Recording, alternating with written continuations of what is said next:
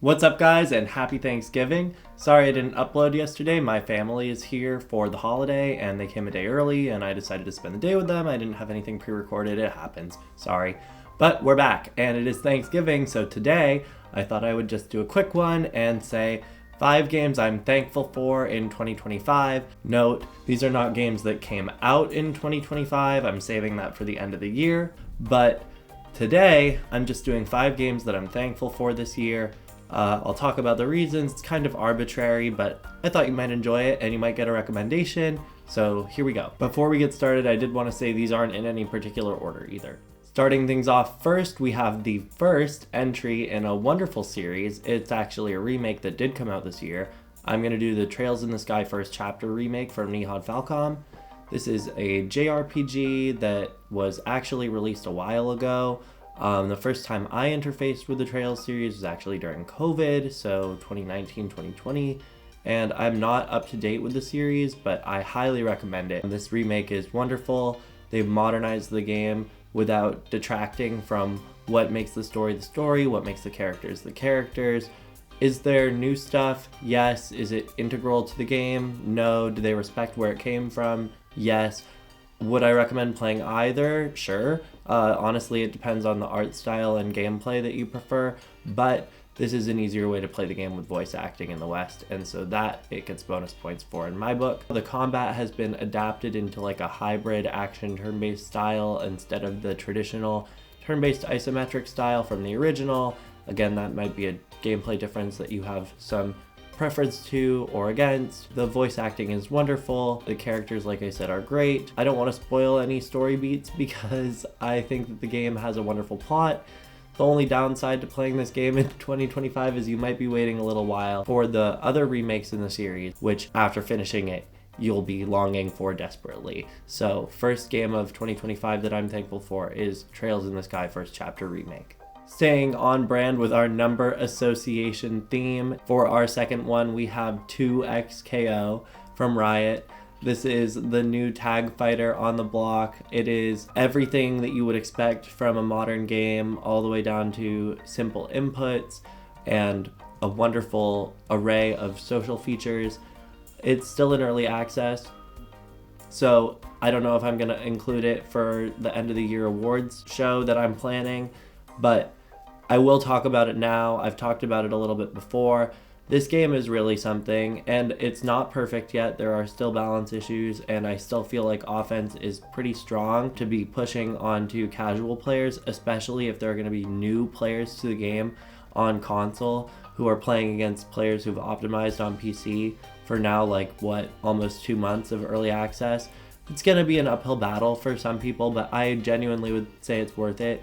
The way that this has inspired my friends who are 50-50 on the fence about fighting games to take the plunge and actually play, because they can play co-op ranked and they can play local versus with more than just one opponent in our friend group, and we can mix and match who's playing against who, and local is fun and online is fun, and the smoothness of the online features is a big boon. You can just click on someone in your friends list and it doesn't even take 3 minutes and you're in queue ready to play. I have a lot of compliments for the game and the quality of life and the characters. I play Ari Darius right now, but there are other characters on the roster that I'm interested in trying, and as they release more champions, Akali, please, Akali, I will be interested in picking them up too.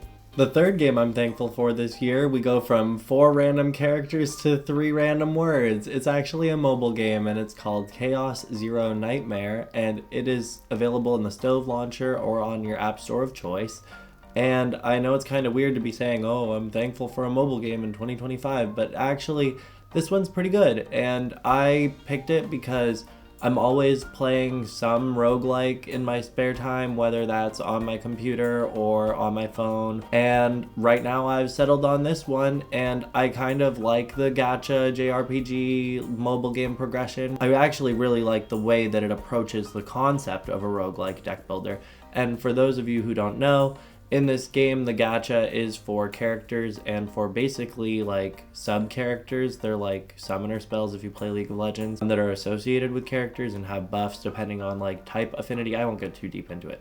But The progression mode is like a gacha game resource grind. There's also a story mode with like account level thresholds for overall progression. And then there's a daily mode basically, which is like a roguelike actually progression mode, where you take your characters in as blank slates, and through the course of the run, you acquire equipment and you switch out the cards in their deck. And then at the end of the run, you're able to save that unique progression run as save data for the character and use it in the other modes like boss modes, resource acquisition modes. It feeds into the loop well, and the novelty of repeating from the beginning with the characters that you've pulled and trying different builds for different characters can be a lot of fun, and so that's why it made the list. The fourth game on this list of games that I'm thankful for is a game whose presence you could take for granted, and that is Yu-Gi-Oh! From Konami, obviously. And I won't spend a long time talking about Yu-Gi-Oh! Because I want to make individual content for Yu-Gi-Oh! About new cards and talk about my perspective on the game in more detail, but I wouldn't be where I am with games if it wasn't for Yu-Gi-Oh! And I have to put Master Duel trailer stuff in here to fill for B-roll, but I also play a bit of Master Duel from time to time, but I wish they would ban Maxi, I really do. Yu-Gi-Oh! Is just one of those games that keeps innovating on itself and isn't afraid to take risks, and even if it alienates existing players, it always brings in new ones, and even if people complain that the content isn't as polished as Pokemon, which it isn't, it still manages to persevere and still be a top game, and that's because of the gameplay and the card design overall. Yu-Gi-Oh! Doesn't have I was about to say Yu-Gi-Oh! Doesn't have that many bad formats, but I should reword that. Yu-Gi-Oh's formats that are bad can even be just a flash in the pan in the grand scheme of things, says the player that was out for 2 years. But I'm back, and I think that's a testament to the game, and so I would be remiss to say I'm not thankful for it this year and basically every year. If you made it this far, thank you so much. Please consider leaving a like and a subscribe. And with number 5, we're keeping the dream alive that somebody from this audience will pick up Umineko. I'm not going to talk about Umineko for that long, I promise. This will not be my hill to die on this topic. I will make a much larger hill, and I will die in a much more glorious fashion for this book. But it is technically a game. It's a visual novel. It's available on Steam. You can get the voicing through a patch called the 07th mod. So if you need help with that, there's tutorials on YouTube, but this is a visual novel. It's a mystery, quite good. There's great characters, and I will, if I ever make another video on this like Thanksgiving ever again, I will always say that I'm thankful for this book. It will probably always be the last thing that I say, and I'm not even going to tell you why. I'm just going to tell you if you like my content, if you think that I'm a smart person.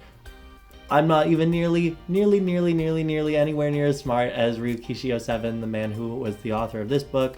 If you ever heard of Higurashi, same author, please give it a try. I'm very thankful for it.